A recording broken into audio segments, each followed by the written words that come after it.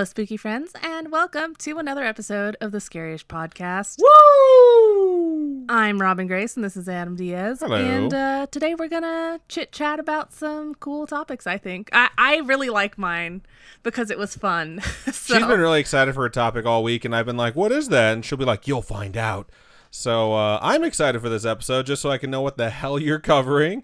I'm going to be covering the person known as Indrid Cold, which is something I found out about today. And I have my whole thing written, so I'll tell you all about how I found out about it and all that fun stuff. Robin, what are you going to be covering? So I am going to do like an introduction to SCPs. So what? Okay, can you tell me now, or do I have to wait until your topic starts? You'll find out. I hate you. It's just so the whole much. thing. So it's really in-depth, and you'll find out, okay? Cool. So we do these things called topic episodes, which is what you're listening to right now. We also do what we call storytime episodes, where we read the emails of the stories that you folks have sent us.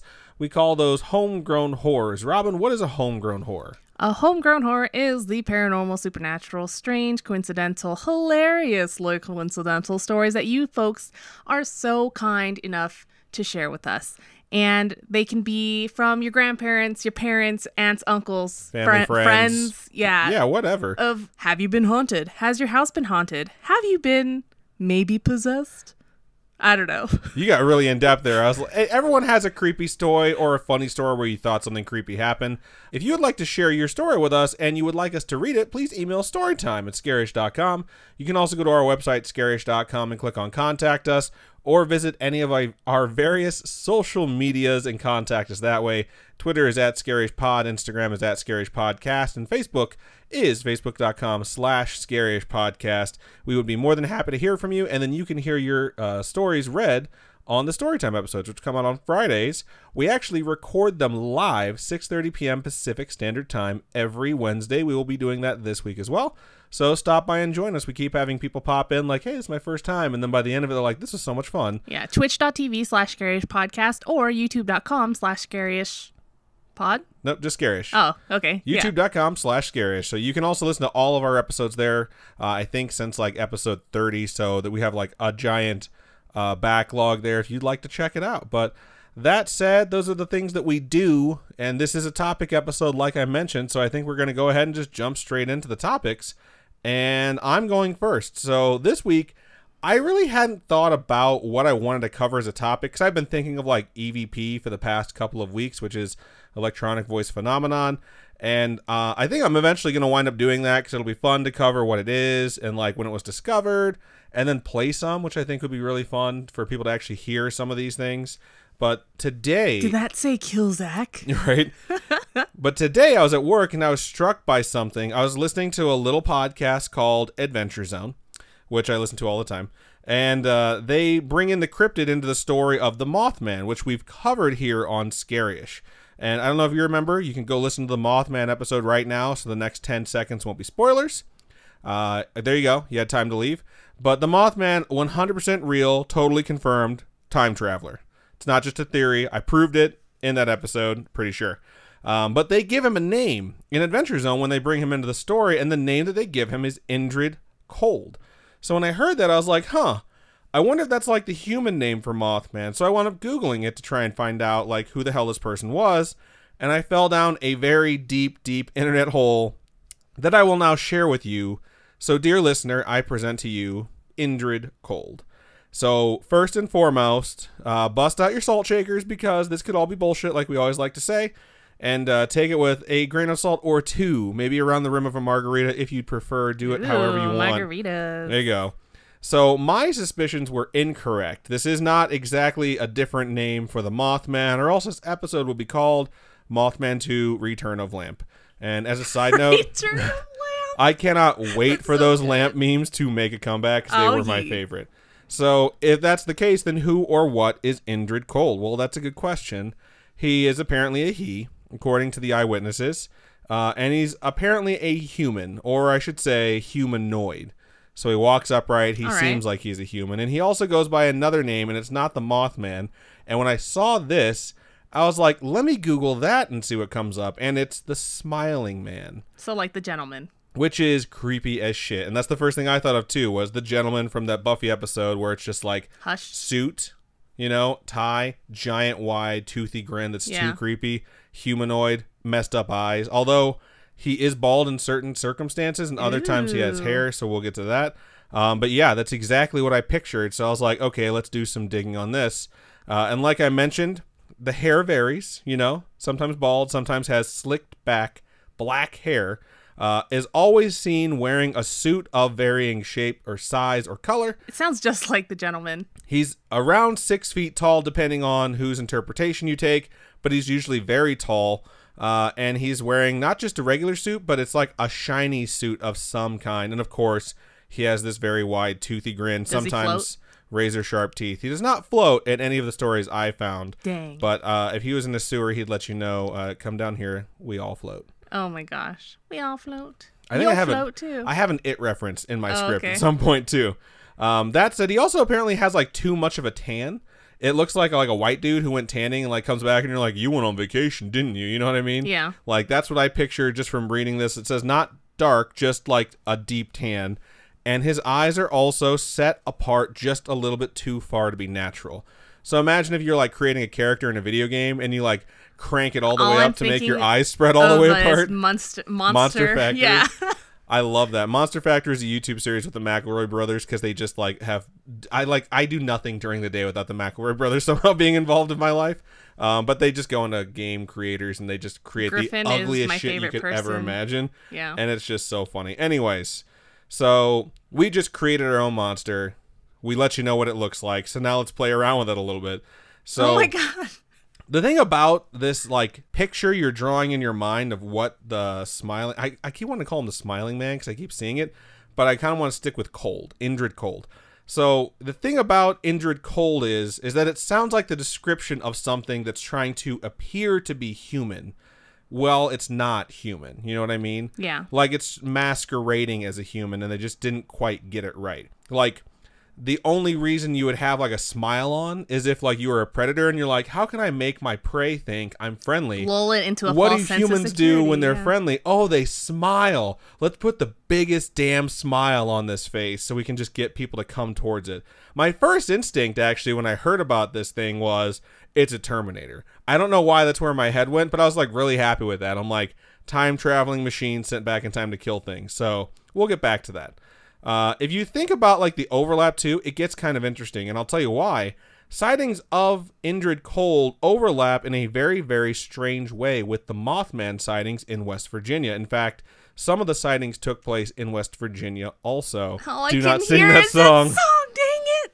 They both have sightings in November of 1966, same month, same year, which explains why some folks actually think he and the Mothman are the same thing, but they're different sightings at different times in different places, and they just have like different things happen when they were sighted. They are seen in like a bunch of different situations, so I'm going to kind of tell you what these are. So the first Mothman sighting was November 12th, 1966, and I bring this up because the first sighting of Indrid Cold was actually October 11th, 1966. So the first sighting of him came before the Mothman sightings in West Virginia, which I think is super interesting because when I first heard about it, I'm like, I bet people were just really scared and they just kept seeing shit like creepy dude that's bald with like a weird grin and a suit, and they're like, it's the Mothman, or making up some persona for someone that just looks really creepy. But this guy showed up first. So that takes like that bit of skepticism away from me, but you know, it'll come back up. So this is what happened. Two youngsters named Martin Munix and James Yanchidis, don't know how to say your last name, I apologize, it's probably Youngkitis, we're walking down 4th Street of Elizabeth, New Jersey. So if you're from New Jersey or you're around there and you know where I'm talking about, you should be able to picture it in your mind's eye. And as a side note, the location and dates of some of these things vary depending on which story you read and where you read it. After some serious research, though, this is the location that I truly believe is where this took place, because I was able to find interviews with these boys where they talk about the street they're on and the town they're from, so we're going with it. So these two kids were walking home. It was 9:45 p.m. at night, which means the streetlights were on and their asses should have been home already. I'm just saying that's the rule. Get home before the streetlight goes on. As they were walking, they were discussing reports that they had heard from the same day of a, quote, tall green man who had chased a woman in the neighborhood that same night and terrified her. Could not confirm that story. That's creepy. They were, I mean, that's what they said in the interviews that they were talking about, but I couldn't find like a story of someone being chased around by a tall green man. Okay. They were walking on this road, right? And it was running like parallel with the New Jersey Turnpike, which if you've ever like been in a neighborhood or been on a road that's like next to an interstate or a freeway or a turnpike, in a lot of scenarios, there's like, I won't say a ramp, but there's like a hill that leads up to the road. You know what I mean? With like a really severe slope. And then in this case, there was a fence when it came down to street level. So there's this fence, this really steep hill that leads up to the New Jersey Turnpike. And I can picture this really well because I grew up around one of these. My aunt had one of these like about a half a mile into her backyard. I think it was either 8094 or one of the freeways that just got off. So it's like, you get to walk up this super steep slope, and then there's the guardrail, and then there's oncoming traffic and like multitudes of lanes. All right. The reason I know this is because when it snows, it's the best hill to sled on because it's super steep. Even though it's right next to the highway? Yeah, so you just walk all the way up, you hear people honking at you, you get on your sled, and you go down, and you just go into the woods or whatever area you're in because like the freeways are usually cut through a bunch of neighborhoods, but you find one good spot where you're not going to go into like streets and you're good to go. And I used to sled there a lot. In fact, like it was the location of one of the funniest things I've ever seen. My brother went to the very top. He got on his sled. He like ran down the hill halfway. He jumped on his sled. And when he hit the ground, like the level flat ground, he just kept going into the tree line. And there was this like low hanging thick branch. And he was just like sitting up, just like, ah, like screaming as he went into the tree line. And it just hit him in the forehead. And he went from like perpendicular to the ground to laying flat on the ground as the sled went like all the way into the tree line. And I like was running over there to see if it was okay while just dying laughing because it was just the funniest thing to see him get wiped out. So I'm picturing this as this area. It's like middle October, could be a little bit snowy, but think of that slope, and instead of having a tree line, there's a fence and then 4th Street. And these kids are walking on 4th Street and they're going home. And not after long walking on 4th Street, Jimmy spotted an odd figure in the bushes on the other side of the fence, so on the freeway side. And his description is this, quote, "He was the strangest guy we've ever seen. He was standing behind that fence. I don't know how he got there. He was also the biggest man I ever saw." So in this first occurrence, he's super tall, and you're going to see that come back a few times. He's also staring at a house nearby. So whether or not this is a person or some sort of entity, it's like casing a house at 9:45 at night. All right. So this is creepy stuff. You know, if you saw this as an adult or as a kid, you'd be like, who is that guy? Why is he staring at that house? Because that's just messed up shit. So Jimmy's like, what the fuck is this dude doing? And what is he wearing? And they stated that he was wearing a, quote, one-piece suit, which to me certainly sounds Leotard? like spandex or leotard. You know what I mean? And it was green and reflecting light from the street light. So it was shiny. Like it had reflectors, almost like scales.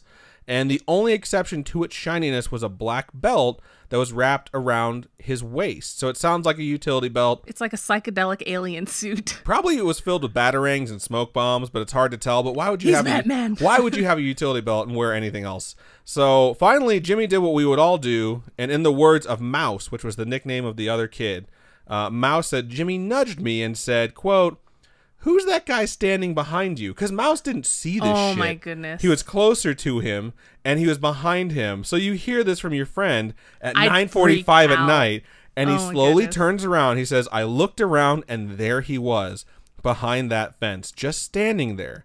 He pivoted around and looked right at us. Then he grinned a big old grin. Hence the smiling man. That's so disconcerting. It is disconcerting. In the middle of the night, super tall guy casing a house and then smiles super wide when he sees these two kids staring at him. And it's like, hell no. Like, I'm not getting involved with this. This is why you get inside before that street light comes on. Like, your mom warned you about that for a reason. But the boys were smart. They just noped the fuck out. Like, you smile creepy at us, we are out of here.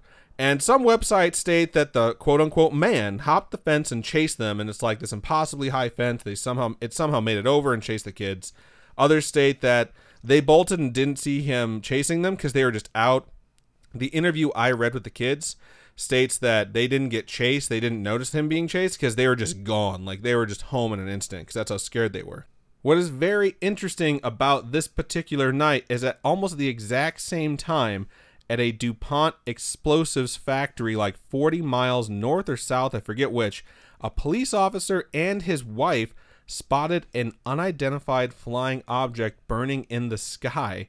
They stated when it finally departed, it just barely missed a 600-foot tall television tower before fading out of sight. What's even creepier about this particular sighting is on the other side of this hill that it faded behind were 2 other police officers who radioed this in. Wow. Also seeing this. And this had everyone like in a frenzy. People were talking about, you know, visitors from another planet. There's this like spaceman looking dude that has a really wide smile. So this guy had to have been like this alien they dropped off or something? They don't really know. You know, it might have just been a coincidence because, like, realistically, in 3 weeks, the fucking Mothman shows up. So a lot of creepy stuff was happening in this area. Like, this is New Jersey, the Pennsylvania area, West Virginia, some other spots along the way as well.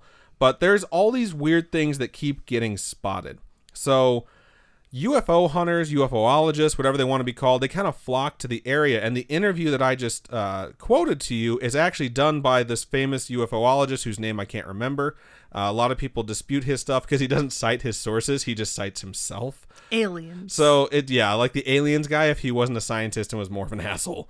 But that's where we get this interview with these 2 kids. So this is a good explanation as to why Indrid Cold is often thought of as an extraterrestrial. So when you see him being referred to as a humanoid, it's usually as an extraterrestrial or alien humanoid that like is bipedal, has this really wide smile, and must be some visitor from another planet. And it would not take him long to pop back up.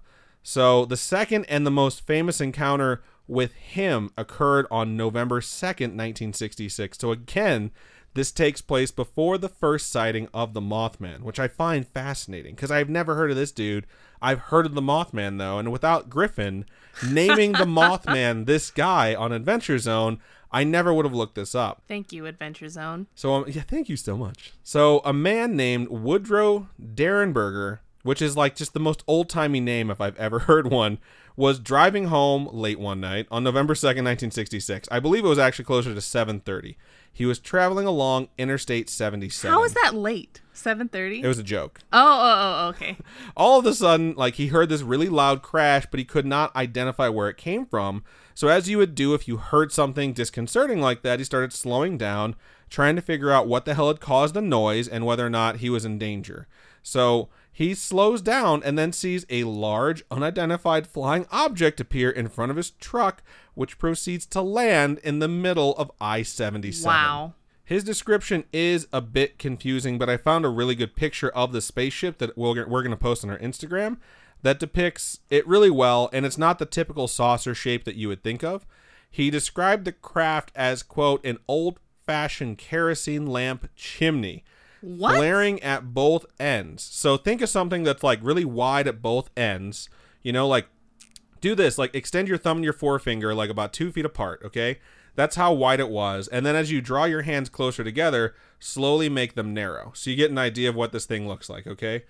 So now once you've done that... It looks like a shake weight. It does look like a shake weight. But think of like the very center of the shake weight if it had like an orb in the middle of it. At the center of it was, quote, an enlarged great bulge, which is just the best 3 words I've ever heard paired together.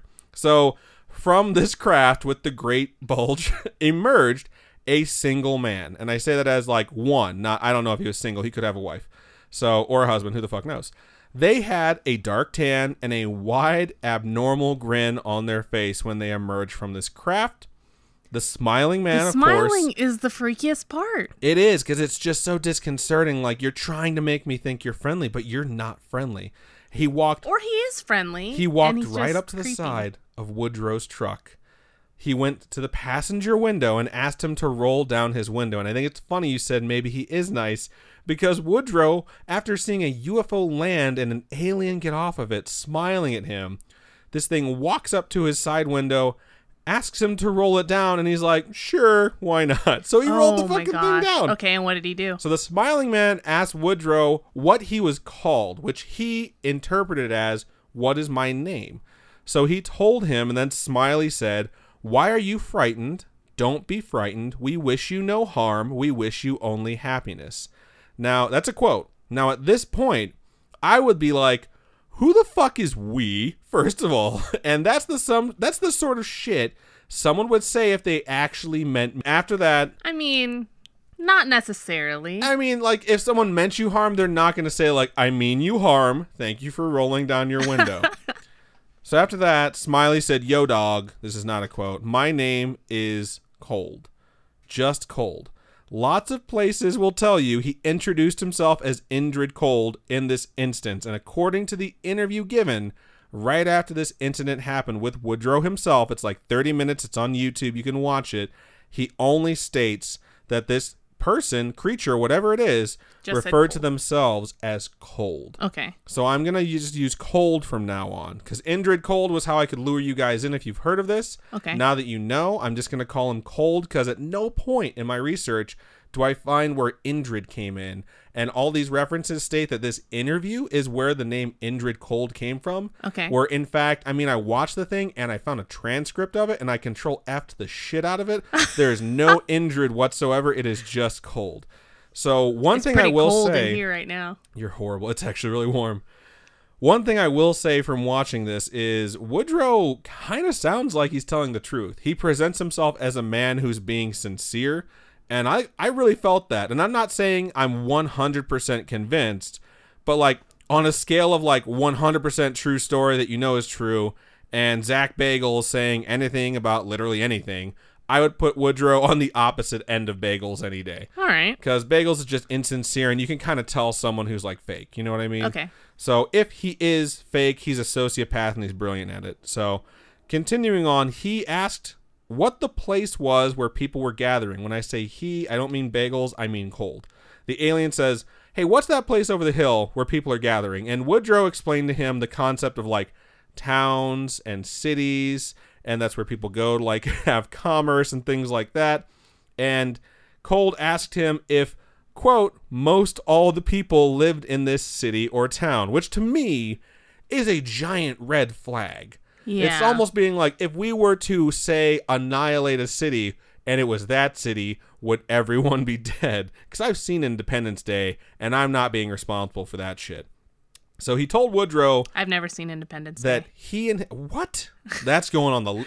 You've never seen Independence Day? No. I have so many references to Independence Day in this. What? How have you not welcome to Earth? You don't know what that means? No. Oh my God, I can't believe I even know you right now. My mind is blown. I'm so upset. Like, you don't even know the sacrifices. With the thing that comes down. You don't even know the sacrifices Randy Quaid made. Who's Randy Quaid? I can't stand you right now. Oh my God. Is that Will Smith? No, you have to get educated. Randy Quaid's another human being named Randy Quaid, who's not named Will Smith. He's the actor who portrays a character in the movie Independence Day, also belovedly known as ID4, which was just the shit when it came out. And I could still watch that like every day, all day. Jeff Goldblum's in this movie? I just can't fucking deal with you right now. All right. I'm getting back to this. So Cold told Woodrow that he called cities, his people called cities or towns, quote, gatherings. All right. And at this point, he kind of says that the reason they're there is because they want to find out more about humanity, and they sincerely don't mean harm to anyone.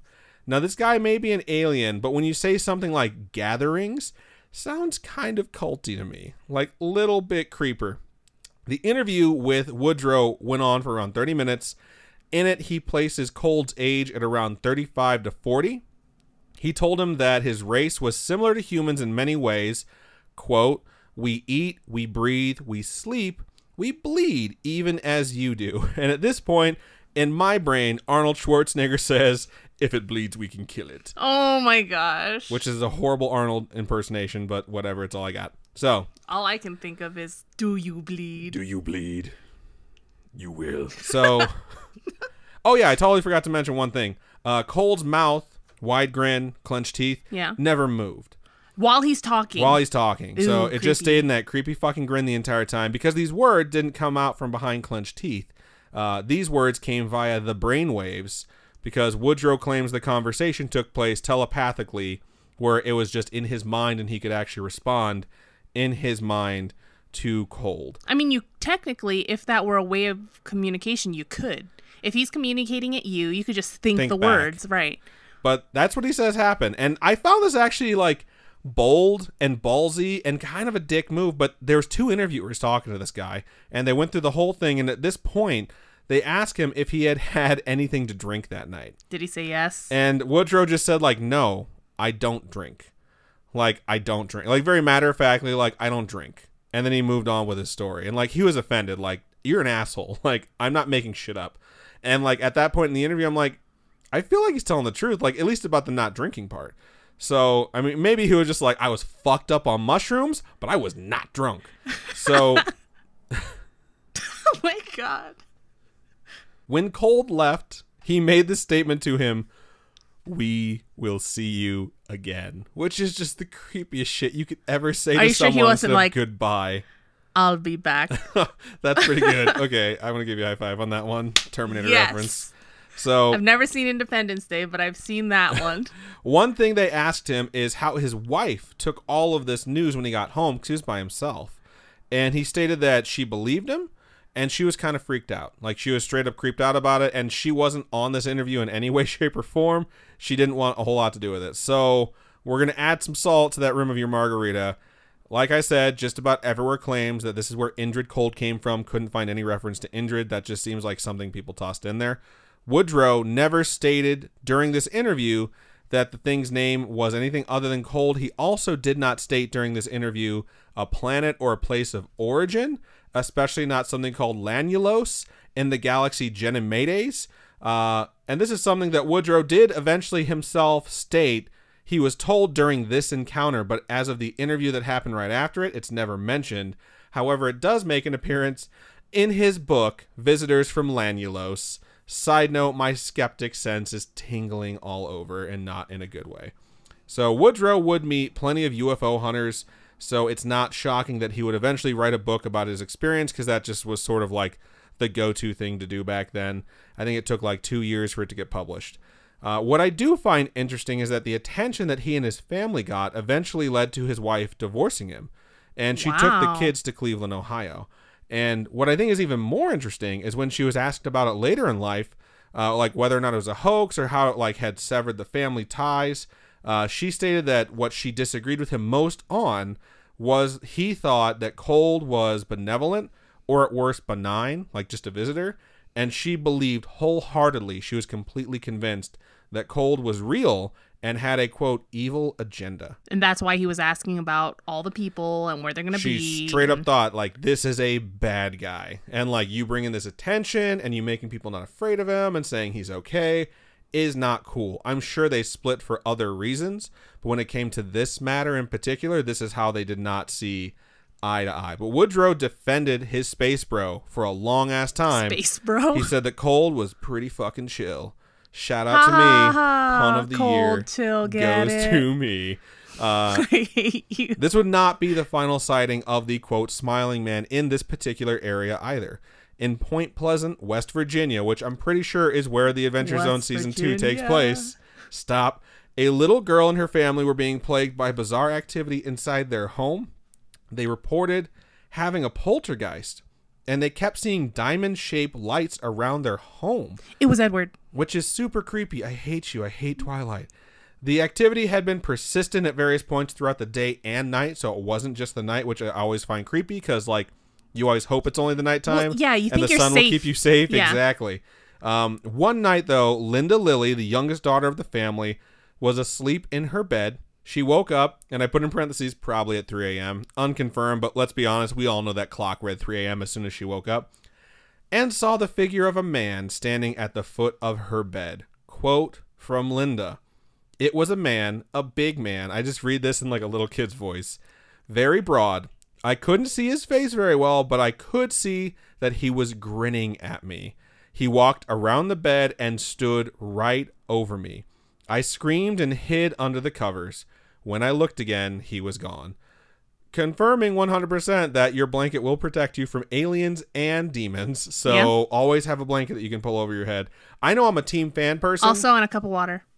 A cup of water? Oh, yeah, because of signs. Signs. I know Swing away. I know I'm a team fan person, and I like to talk about those blankets that are like crocheted, how they have those like little holes you can poke your fingers through because they let like the air breathe. But that is not going to protect you from a demon. Like if you can still see it, like you're going to die. That's all I'm saying. So team fan people, keep a light thin blanket around that's like whole. That'll still protect you. I'm just thinking about Darkness Falls now, where if you see it, it kills you. That is such a good premise, and I used to always watch movies like Darkness Falls and be like, I just wish they'd like tell everyone and everyone would believe them. And that's kind of what eventually happens like halfway through that movie. After the entire police station gets murdered? No, that happens before. I mean, like they all start believing him and then all of a sudden she comes for him. Way to ruin the movie. It's been out for a while. It's been out for like 2 decades. It's basically Evil Tooth Fairy, but at some point everyone's like, all right, you're fucking true. You're telling the truth. Like Evil Tooth Fairy's coming to kill everyone. It wasn't as horrible as I thought it would be. That does not mean it's good. I do like the point. I mean, if you haven't watched it, please just go watch it. I mean, there's a point in the movie where they're like maybe 2/3 in. They're going to do something to try and like not die. And one character looks at another character and they're like, are we going to die? And one of them's like, probably.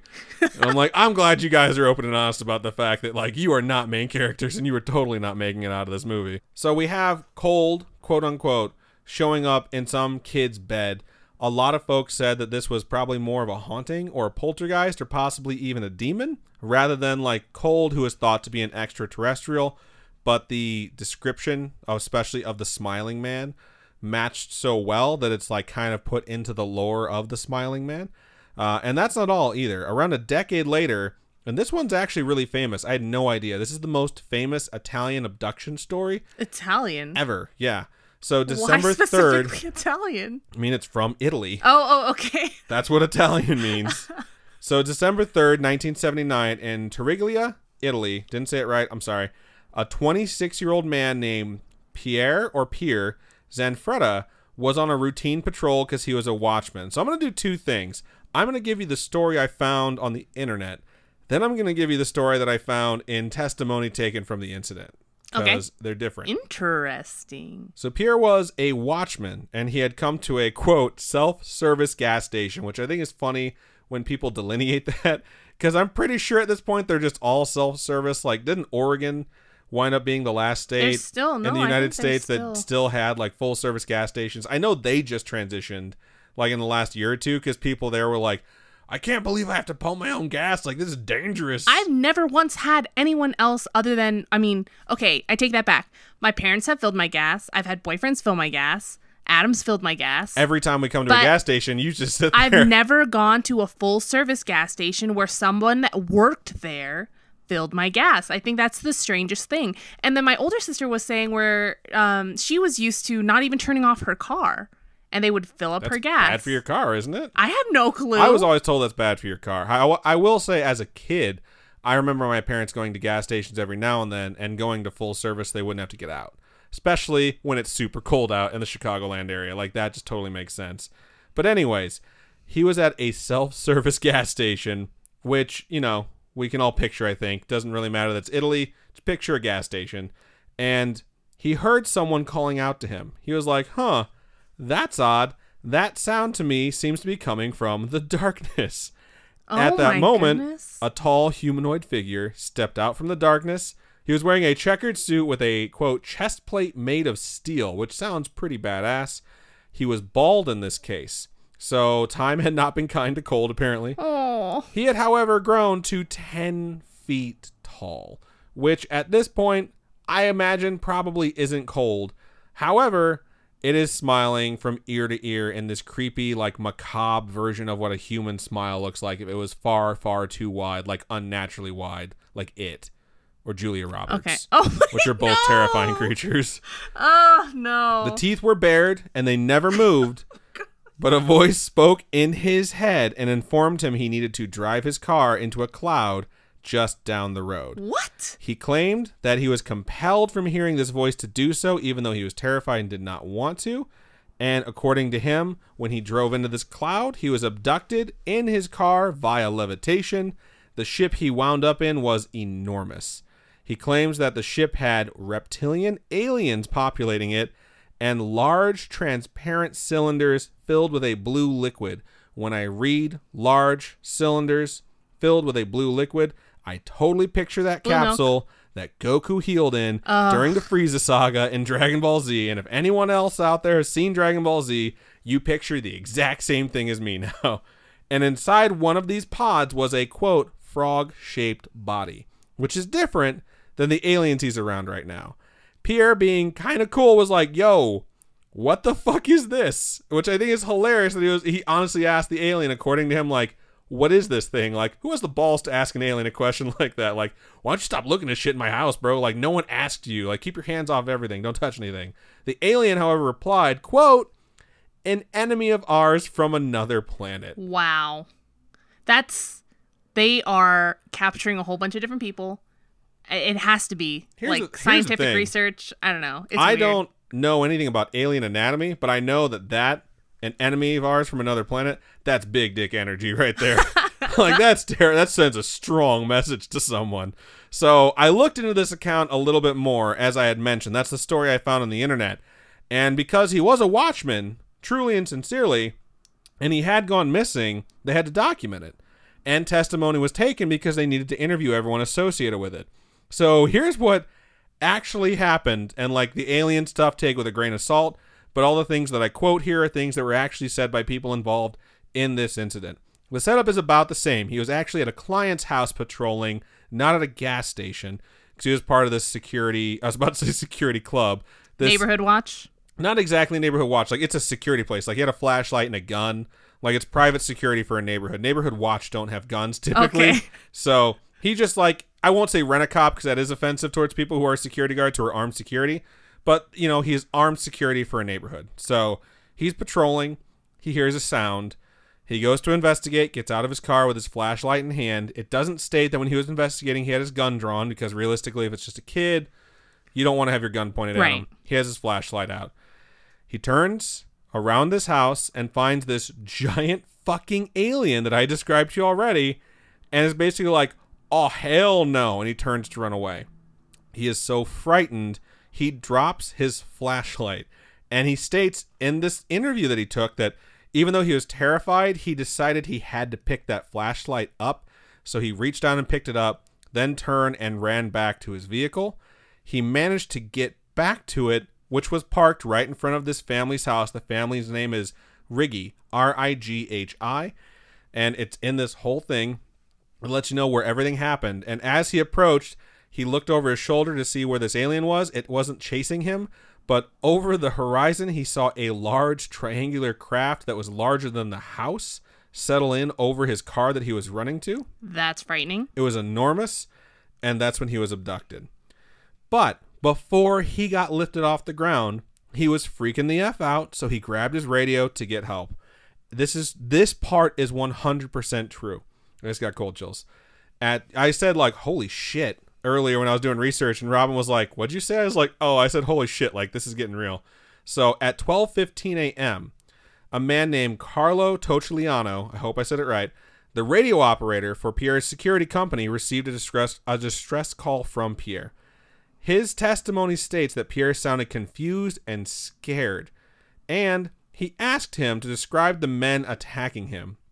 Pierre replied, quote, no, they are not men. They aren't men. My God, they're so ugly. Oh my goodness. Which is a shitty thing to say to a new friend. Let's be real. That's not going to win you any popularity contests. No shaming. What the F? Directly after that, the radios, which had been working all night, went dead. They were unable to get any signal whatsoever from him. Well, they don't work in space. So he was scared for him. So this guy, Carlo, was like, all right, I need to get a hold of whoever's in charge. Lieutenant Giovanni Casiba, don't know how to say your name, I'm sorry. Ribisi?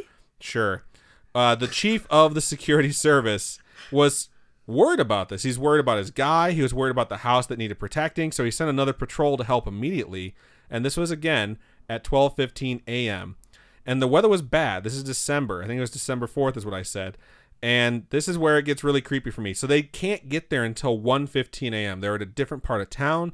The weather's really bad. It takes them an hour to get there. They find Pierre laying on the frozen ground directly in front of the house he had been patrolling. Wow. There is nothing mentioned in the testimony about his car being there anymore. It is just him laying on the frozen ground, which, as a person who has passed out on frozen ground before, I can tell you, if you don't get up and go inside soon, you die. Or at the very least, you get hypothermia and you have got to get warmed up. So, hour goes by. These two guys show up to find their friend Pierre. They find him lying on the ground.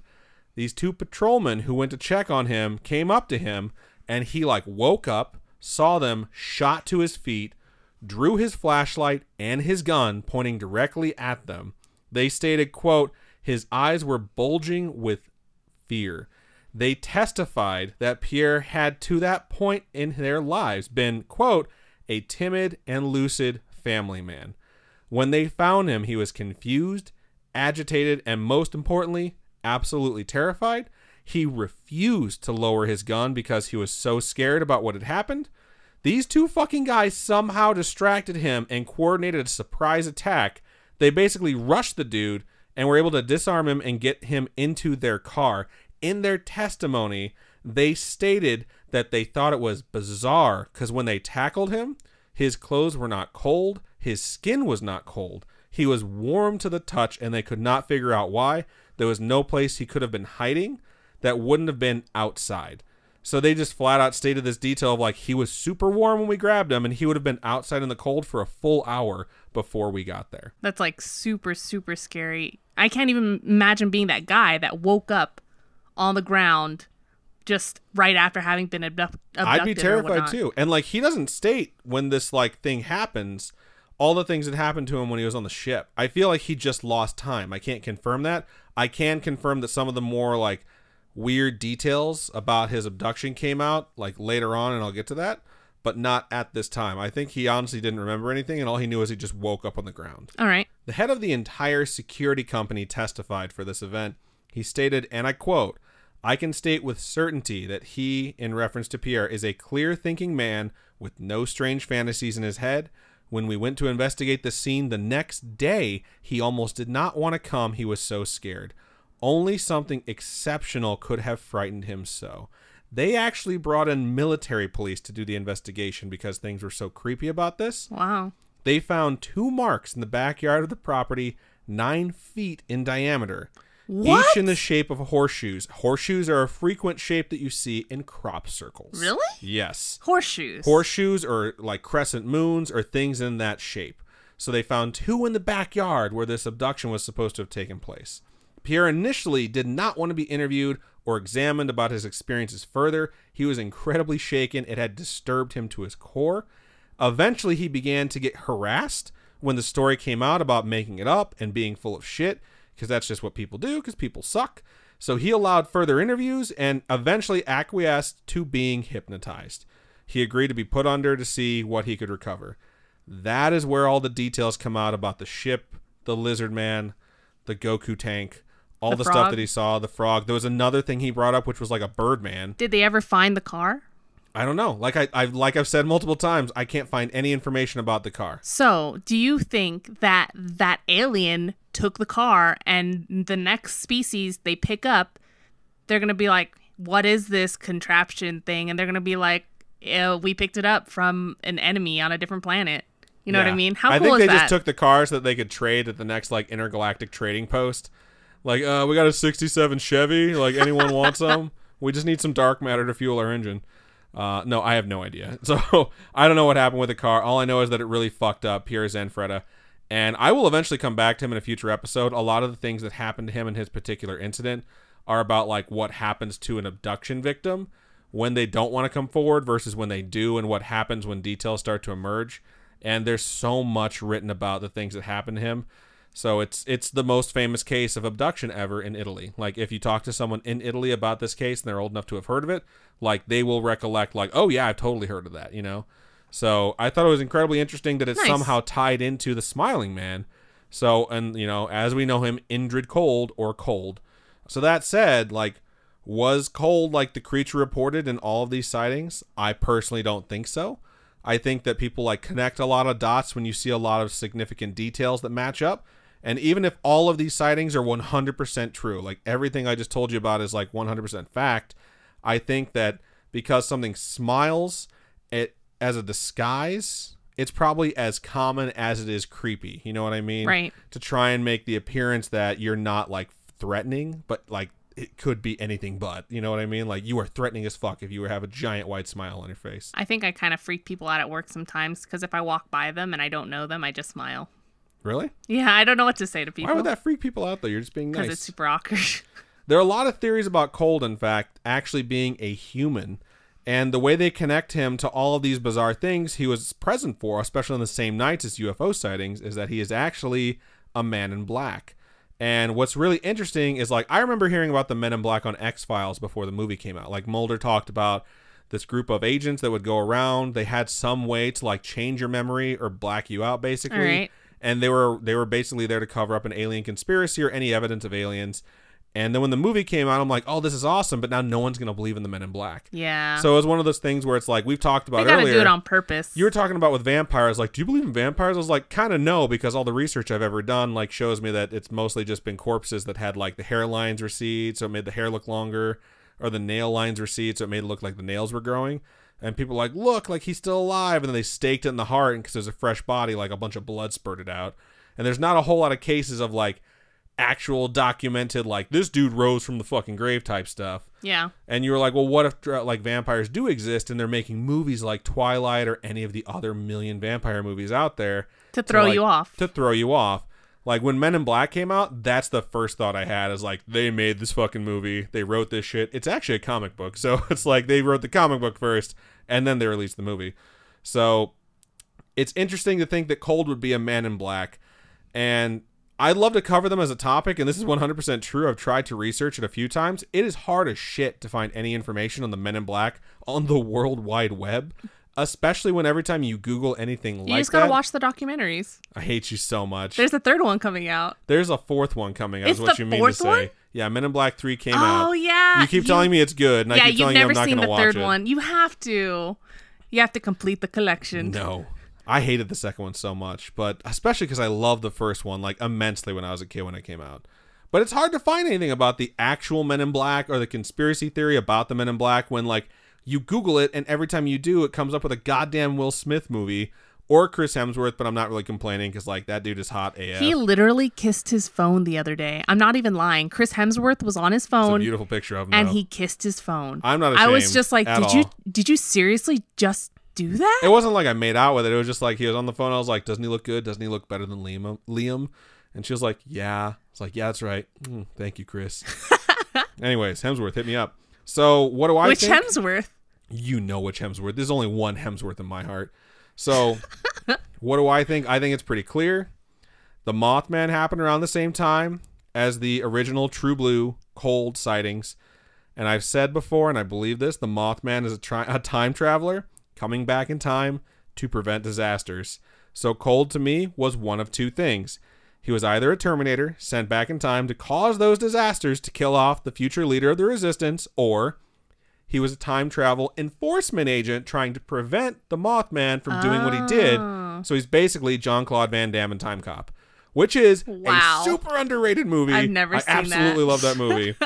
If I had to pick one, though, I'm going to go with the Terminator, because that would make the Mothman either Kyle Reese or the T-100 from Terminator 2, and I absolutely love Terminator. So who knows? With all the grains of salt, there is the possibility that Cold doesn't exist at all, and it's all a hoax. But realistically, folks, it's completely up to you. It's just my job to tell you the story, and I feel like, at least to a degree, I have done that. Are we done? Because this is like almost an hour. Yeah, I know. This is long, but hey, this I found is crazy. I went up tapping into a deep, rich vein. So when I got home, I was like, oh yeah, I got 3 or 4 pages at least, and I wound up getting 2 more just from digging a little bit more. Because he was like, it's going to be short, and now we're almost at an hour, and I'm just like, what? Okay. Well, I feel like mine's going to be disappointing now. Great. So, thank you for that. Good job. No problem. Nice research. Thank you. I appreciate it. So what I'm going to cover is kind of like an introduction to the SCP Foundation. And I've been a pretty big fan of creepy stories and creatures for ages. And I mean, look at us. We literally have a creepy/comedy podcast that's just like... We have this podcast because we couldn't find one that was like this for us to listen to. But now there's a million. I know, it's crazy. Like when we were looking for them, we couldn't find any. We started one and now they're everywhere. They're everywhere. One of the things that always creeped me out when I read/heard about any creepy things is SCPs, because I'd be watching listening to YouTube videos covering different topics and things like that, and then someone would start going to SCPs, and some of these SCPs freak me out. I still don't know what SCP stands for. Well, I'm like, Scott Van Pelt? No, that's a V. No, that is a V. If you guys don't know who Scott Van Pelt is, watch SportsCenter. He's the ESPN. host of SportsCenter, which is SC, so I'm like, SCP? SportsCenter Pelt? I don't know. Tell us, Robin. So we're all familiar with creepypastas at this point, right? The fake stories. Yes, the fake stories. This is kind of like that, except it's based off of one thing, and it's the SCP Foundation, and that's all it is. And I'm not going to claim to be an expert on the topic or even consider what I'm going to tell you as right. It's definitely not absolutely correct or anything, because I am new to it. Absolutely new to it. I am absolutely new to it. Yeah, I still don't know what the fuck you're talking about. So I've heard of a few, but I've never actually been explained what they are. You know what I mean? So this is me being totally new to this topic and telling you guys about it, and how I kind of explored it and learned it myself. This is just my take on it and what I can discern from the sites that I've seen and the things that I've read. There are so many different sites that you can go on to. And most of my stuff is going to be coming from the main SCP Foundation website. So SCP stands for the mission statement, I guess, for the foundation that is found on their About Us section. And it's labeled as "We secure, we contain, and we protect." And it's like a quote by the administrator. It's like this really intense, seems like militaristic and government type thing. So it's like a creepypasta setting that itself is a creepypasta. Right, but it's a huge system. Like, there's over 4,000. There's so many. It's incredible. So, according to the website, scpwiki.net, the purpose is for those that know of SCPs to fight the creatures of darkness. And so this is like a cryptid dictionary almost. Almost. Okay. And to contain their existence and hide them from the public so that everyone else who doesn't know can live in ignorant bliss. Some people may take the idea of SCPs incredibly seriously, but to me at least, it really is just a type of creepypasta. And according to this mission statement, the Foundation operates outside of any type of jurisdiction or any outside government entity. The Foundation contains different types of anomalies labeled under different types of classes / grades of said anomalies. And the purpose is to keep everyone that isn't a part of the Foundation unawares of what goes bump in the night. It's spooky Fight Club is what it sounds like to me. Yeah, the first rule about SCPs is you don't talk about SCPs. Ignore this giant website we've created. Oops. Yeah, so it's to keep everyone unawares of what goes bump in the night or daylight, because SCPs don't discriminate. It's there all the time, all day, day.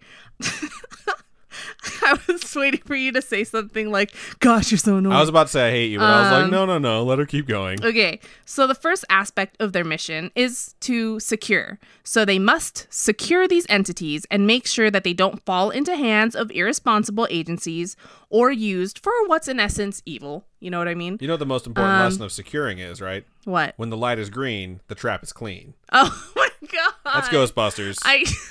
For those of you who knew that, give yourself one cool point for the day. Okay, wait, question. Sure. What other Independence Day references did you have in your entire thing? You only had that one. No, I had another one, but I can't remember what it was. I might have skipped it because I was so disappointed in you. I don't even want to talk about it right now. Okay, cool. We need to reevaluate. We need to reevaluate our entire friendship after this. Okay, so the second is to contain. And they must contain the entities to prevent them from exposing their existence to outsiders. They need to keep the effects of the SCP from spreading by doing everything in their power to remove the being from any type of normal existence. And the knowledge of SCPs can stay in the shadows. And then last but not least, to protect. The Foundation needs to protect oblivious humanity from the existence of SCPs until a time when they are ready to understand them and study them in their entirety. And destruction of said anomalies are a last resort when they are simply too dangerous to contain. So That, I mean, there's different levels. You know what I mean? There's going to be little baby ones, and there's going to be the ones that are like, it will murder us if we do not get rid of it. So what's the official like website for SCP?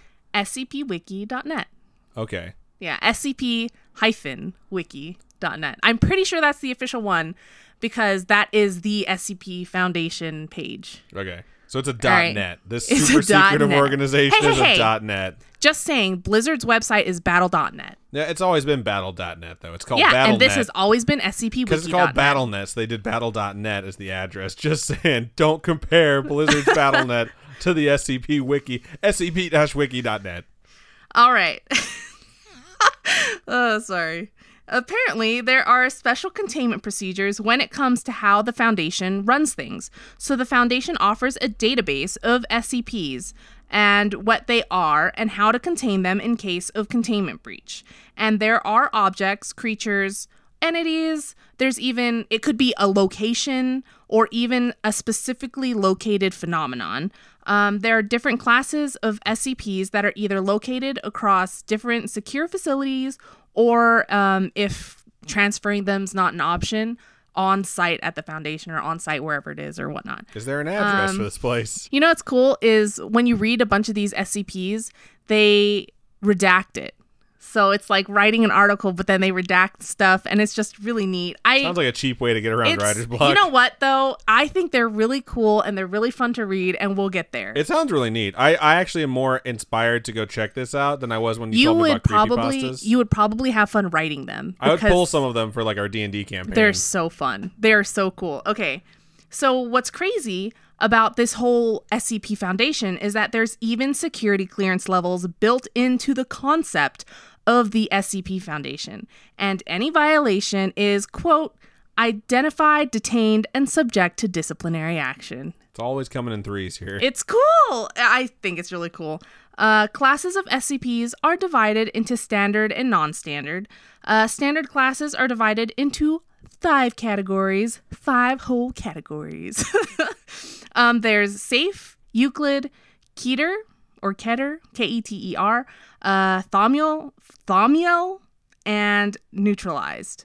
Safe is just what you'd imagine it is. It's easy and safely contained, and containment doesn't require too much extra research or resources, and activating the entity requires very specific actions and has no chance of accidentally causing catastrophic events. Okay, I'm just going to say this, and I think a lot of listeners are going to agree with me. I kind of hope this is real. Like, I'm busting out my I want to believe poster because I'm like, this sounds like the Wizarding World app, but like way more fun. And so when it's safe, it's not that it's not a threat. It's that it simply requires more of an effort for it to really become one because certain actions have to be taken in order for it to happen. Then there's Euclid, which is probably the most common. And it's a bit more difficult to contain than the safe ones. And it usually means that it hasn't been researched thoroughly enough, or it's simply like a wild card. Night Fury. And this is kind of the all-inclusive category. So if it doesn't fit into any other category, it's a Euclid. And at least this is what I've come to understand about it, because I've been looking through a whole bunch of them. A lot of them are Euclids. And it just seems like the catch-all for them. You know what I mean? And according to the Foundation, any SCP that is autonomous or self-governing, like has a mind of its own, sentient, or all in all clever, is classified as a Euclid. And if it can think for itself, you can probably assume its unpredictability. Therefore, Euclid. Got it? Wow. Yeah. This is a great tutorial. Thank you. Can I keep pressing A until we get to play? There's a whole lot of categories, okay? So Keter is increasingly difficult to handle. Containment of this class is more, I'm telling you, this is why it's like an intro, okay? This is an intro to the Foundation. I have a few SCPs in here.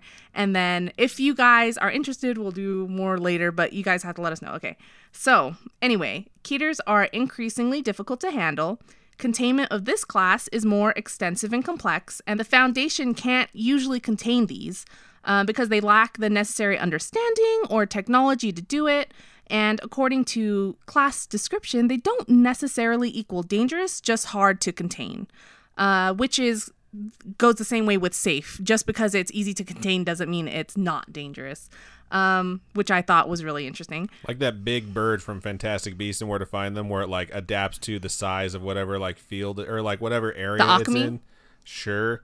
They catch it by throwing like a cricket into like a teapot, and it chases the cricket into the teapot and like shrinks because of the size. Yeah, that thing will be very difficult to contain, but it wasn't like malicious, or else it would have like just torn up everything. Right. So, okay, I'm picturing cryptids / like Pokemon / Fantastic Beasts as you go through these categories. So it's pretty fun. So the coolest named one is Thaumiels, and it kind of just rolls off the tongue. It reminds me of Diablo or something like that. You know what I mean? And what's even cooler is this class of SCP is used by the Foundation to, in turn, contain other SCPs, which I think is like kind of backstabby. This is the Pikachu class. But the Pikachu class? What? Because they're like going to be your partner. Okay. Only certain individuals within the Foundation are even allowed to have access to information regarding these particular entities. So they're specifically for the higher-ups to know and not share with anyone else. Then there's the neutralized ones, and these are simply the destroyed and disabled ones that are no longer any type of threat. As for the non-standard objects, there are 3 categories. There's explained, esoteric, narrative classes, and decommissioned. And explained SCPs are those that are completely understood and thoroughly researched. These have been explained by mainstream science or debunked entirely. So it's something where normal people have taken it and they're like, whatever. You know what I mean? Then the esoteric / narrative ones are those that don't fall into any of the above categories. And they're only used to progress a narrative of another SCP. So something that is kind of necessary, but also unnecessary. And it's like you have to make something up in order to tell the story of something else.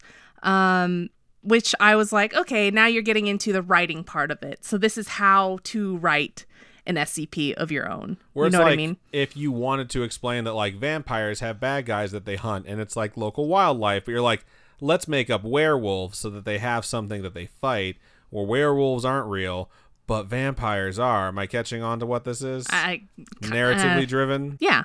So, because it's something you have to make up in order to push the storyline of the other one along. Finally, there's the decommissioned ones. And when I read this, I was just so annoyed because these are the SCPs that are deleted by senior quote-unquote staff. There was even a wall of shame at one point. And apparently this class is no longer used, which is good because, hello, no one appreciates shaming. How can you have a wall of shame for the SCPs that you don't like? You know what I mean? And apparently, so on the website, they're like, we tried to do this decommissioning of SCPs that didn't work out, and it kind of backfired, and everyone was probably like, that's stupid, we hate you, you know what I mean? So they don't use that anymore, which is good. So speaking from like, let's take a step back here and like take a drink from our skeptic margarita. So this is creepypasta. Someone set this up. It's very, very fun. And people contribute to it by tossing in their SCPs. Yeah. And they created a category where it's like, your SCP sucked and we're going to ridicule you. Yeah. Okay. I see why the Wall of Shame was not a big success. Yes. So from what it seems like, the non-standard descriptions are more for the writers themselves and not so much for the creatures. Now, I bet you're wondering, well, how do I really know which category a particular SCP is in? The Foundation has written out what they call a locked box test. And what it is just a whole bunch of stuff that'll tell you. So if you lock it in a box and you leave it alone and nothing bad happens, then it's probably safe. Is Schrodinger's cat in there? Because we don't know if that thing's alive or dead until you open that locked box. If you lock it in a box and then leave it alone and you're not entirely sure what will happen, then it's probably a Euclid. If you lock it in a box, leave it alone, and it easily escapes, then it's probably a Keter. If it's in a box, or if it is the box, then it is probably a Thaumiel. That's hilarious. That's amazing. That's a really good test right there. I won't lie. There is so much that goes into the personnel and security clearance, but I'm just going to go through it like super quick so that we can get into the cool SCPs. Well, some of them are cool. Some of them made me really laugh. Levels of security range from 0 to 5. I don't know why I put up 1 and 2 figures. Because everyone's watching right now. And then personnel are labeled A to E. And then staff are divided between those that run the site, those in the field, and administrators. The titles for some of the staff are kind of cool. There's containment specialists, field agents, tactical response officers, so on and so forth. There's a whole bunch of different ones. And seriously, the amount of detail that goes into creating the SCP Foundation is so cool. It is so incredible how much detail. This website, there was so many links. I was just overwhelmed. It was incredible. How long has it been around? 2008. Okay, so it's been around for a minute. Yeah, 2008. Wow. I was just so mind blown. All right. So the first one, we're just going to get our feet wet because this one is basic bitch class. No. Okay, so SCP-049. Object class Euclid, so it's not like super scary or anything like that, right? Nicknamed the Plague Doctor. And this is a humanoid that requires sedation before any type of transport is attempted with no less than 2 armed guards. These are fun, okay? They're just for me, silly. they're really fun, but they're silly. It's usually very cooperative with the Foundation, but is subject to outbursts of aggression to be met with elevated force. Lavender is also known to calm the entity. The entity was to be given corpses of recently deceased animals every 2 weeks for research to placate said entity, but has since had these permissions revoked until further containment can be reached. Human test subjects are a big no, and any specimens are to be incinerated after study. The entity takes the form of a medieval plague doctor wearing thick robes and the indicative mask. The garments, though seemingly innocuous, have grown out of its body over time, indistinguishable from its original form, and X-rays show no sign of a skeletal structure underneath. It's also known to say, "Are you my mommy?" Anyway. So I just went with the Doctor Who reference because that mask became the kid's face. Oh, you're so smart. Thank you. Though it speaks different languages, claiming to be quote-unquote well-traveled, it is preferential to English and medieval French. So what triggers it? Whenever it is in the presence of what it calls the pestilence. And the Foundation is yet to understand what that actually is, but still finds it to be an issue needing to be looked into. Any individual thought to have been inflicted with said pestilence becomes a target that it just wants to kill. And all it needs to do is have some direct skin contact with you in order to get the deed done. And despite autopsy investigation of these victims, no real answer has been given as to what actually causes the death of these individuals. Given the opportunity, SCP-049 will perform what it calls a surgery on these individuals, often resulting in what is called an SCP-049-2. These are like super technical names, like they all have these technical names. A little bit. But they are what is in essence a reanimated corpse.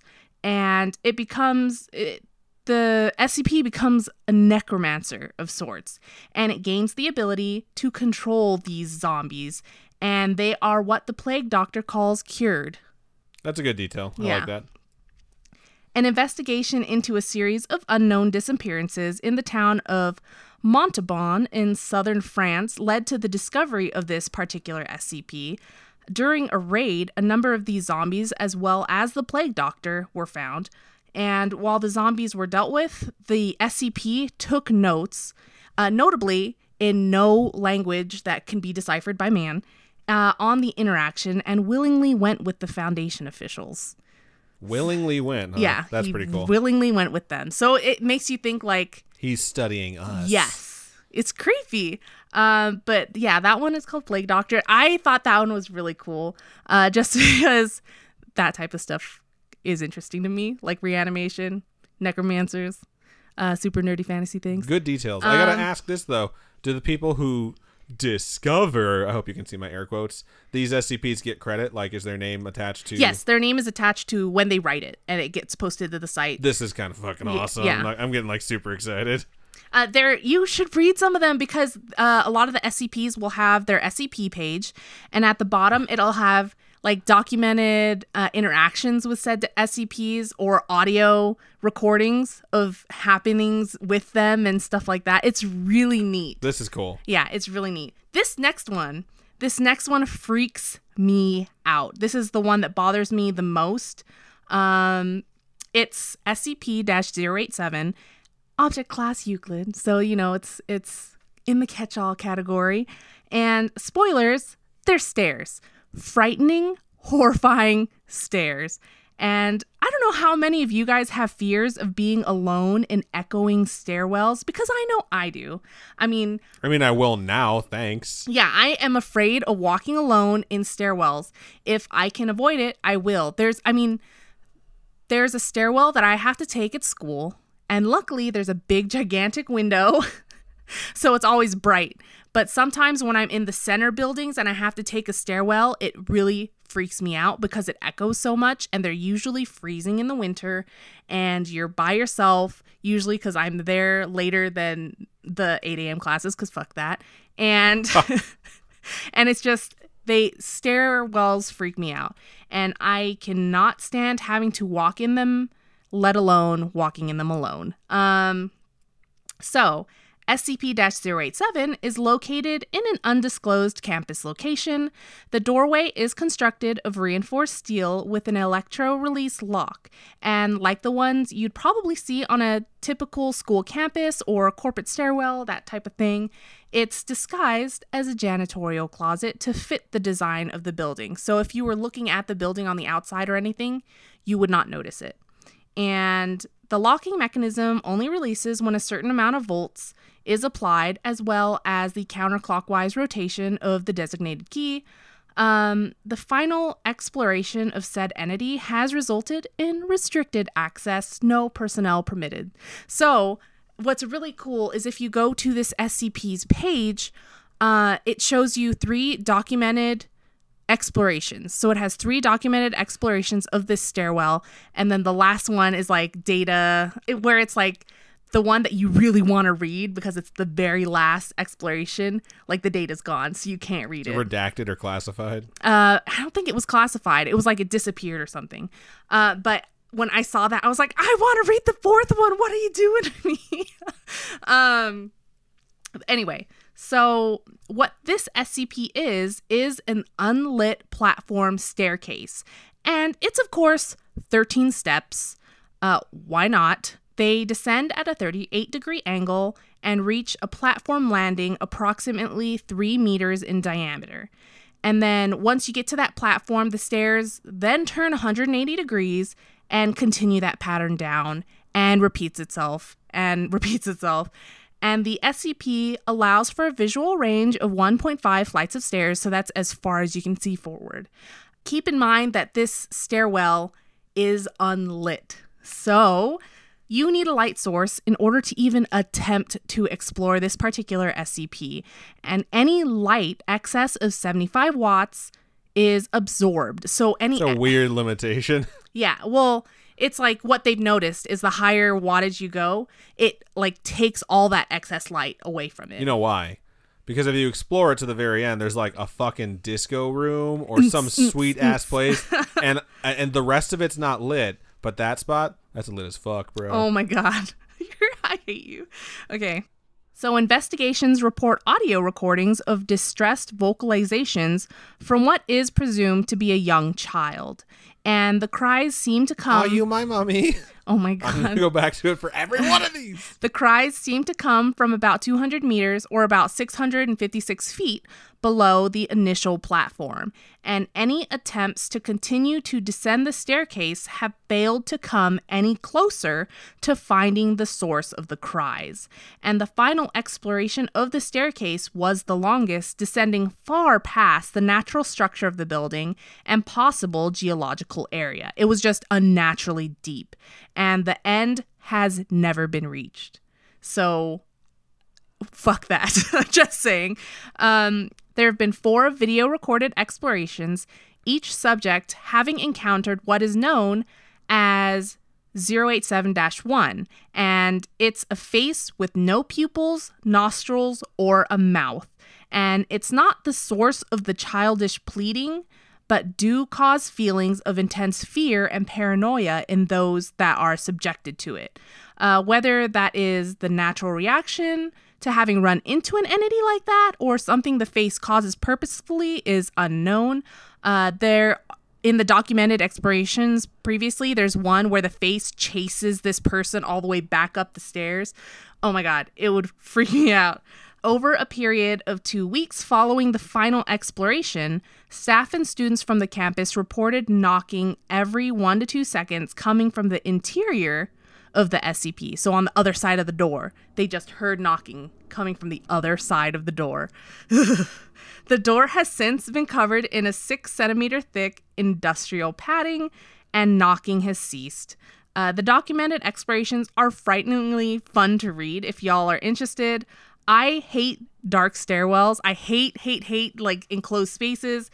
I would totally get claustrophobic even trying to investigate something like, I would never want to investigate something like this. It's just so scary. This is my favorite SCP that I've ever heard of or anything like that. The staircase one, because it freaks me out the most.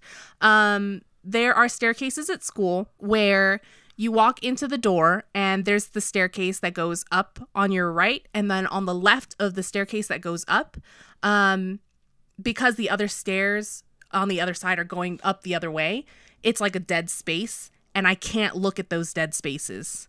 It freaks me out. You know, you can't look at those dead spaces because there's something there not letting you look at it. Yeah, more Doctor Who references. Who's the Doctor Who reference person this episode? It's me this episode. Yeah, it's crazy. Suck it. You don't remember that episode of Doctor Who where Doctor Who says suck it? That's my favorite episode. Oh my goodness. Okay, anyway. This one is a hilarious one that I just wanted to throw in there because it's super funny and it was super fun. And when I read this one, I was just like, you are a genius, my friend. You are a genius writer. That is hilarious. So this one is SCP-3008. Object Class Euclid, because that is the catch-all. I'm telling you, most of them are. This is a retail location purchased by the Foundation and converted into one of their sites where they keep SCPs. What? I think it's hilarious where it's like, these are all terrifying entities, and it's like, it's just a retail location that you will work at for the rest of your life. So all roads leading to said location have been redirected away from it so that no one comes to it. And it is to be monitored at all times, and no one is permitted to enter apart from necessary testing. Any individuals found exiting are to be given the Men in Black mind erasing dealio and given cover stories as to what they have experienced. The unit was once branded as IKEA, and individuals would enter through the entrance and find themselves transported to what is called 3008-1, and victims are unaware of what has happened to them until they try to exit. And everything resembles in IKEA, larger than what could possibly fit into the designated space allotted. Testing seems to show that the space is impossibly infinite. You know, they all seem that way. It's because they're done really well. Like, you go into those rooms that are like 500 square feet, and you're like, I could live in this. This is great. Within 3008-1 are humanoids labeled 3008-2, and they are of varying height, but always found wearing a yellow shirt with blue trousers, reminiscent of the IKEA uniform. This one's ridiculous. They are passive and unresponsive to questioning, but react violently if attacked. There are more exits located within, but the exits never seem to lead anywhere, making it difficult to leave. Going through the exits that seem to lead towards the exit only further lead you to other areas of 3008-1. And this one just made me laugh because it's so freaking hilarious, because it's true. If you go to IKEA and you're going through like the area where you see where it says exit doors and stuff like that, like exit here, and then you go through the door and it takes you, it takes you to the candles or something, and you're just like, well, now I'm stuck shopping for candles. It's just, it's a trap. And when I read this one, I was just laughing because it's so funny, because it's so true. You get into IKEA and you get trapped and you're like, man, I gotta eat these meatballs. Then I gotta go through all these little tiny rooms they've You're made. finally understanding my mindset whenever you're like, you want to go to IKEA? I'm like, God damn it. So this one, there goes my Sunday. So this one was just so good because it was so true and so funny. I want to write one about GameStop now. It'd be so good. Oh my gosh, it was so funny.